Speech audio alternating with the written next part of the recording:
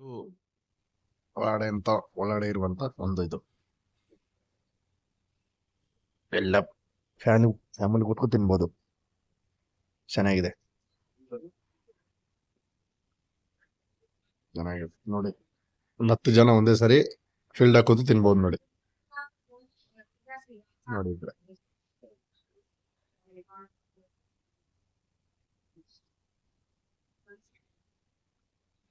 ಚೆನ್ನಾಗಿದೆ. ನಾನು ಹೋಟ್ಲಿಗೆ ಬಂದೆ ತಿಂಡಿ ಮಾಡಕ್ಕೆ. ಹೊರಗಡೆ ಸ್ವಲ್ಪ ಅಷ್ಟೇನು ಇಲ್ಲ. ನಿನ್ನೆ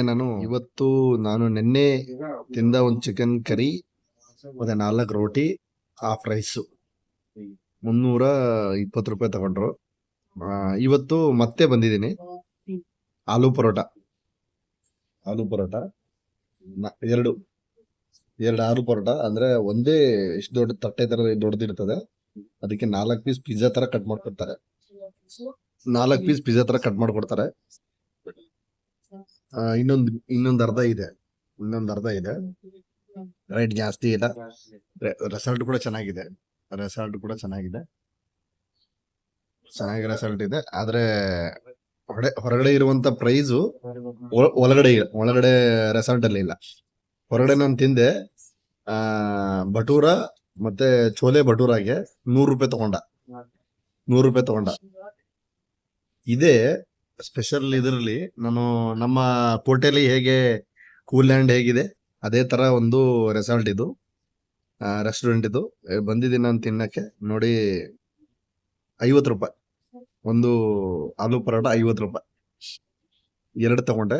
8 ಪೀಸ್ ಆಯ್ತು. 8 ಪೀಸ್ಗೆ 2 ಪೀಸ್ ಇನ್ನಿದೆ. ಇನ್ನೊಂದು ಪೀಸ್ ತಟ್ಟೆಲಿದೆ, ಇನ್ನೊಂದು ಸ್ವಲ್ಪ ಕೈಲಿದೆ. 100 ರೂಪಾಯಿ ನೀರು ಬಾಟ್ಲ್ ಹಾಕಿ 120 ರೂಪಾಯಿ ಬಿಲ್ಲು. ಹೊರಗಡೆ ನಾನು ಒಂದು ಟೀ ಚೋಲೆ ಭಟೂರಾಗೆ 110 ರೂಪಾಯಿ ಕೊಟ್ಟೆ. ತಿನ್ನಕ್ಕೇನೆ ಅಸಹ್ಯ ಆಗ್ತಿತ್ತು, ಅಷ್ಟು ಇದಿರ್ತಿತ್ತು.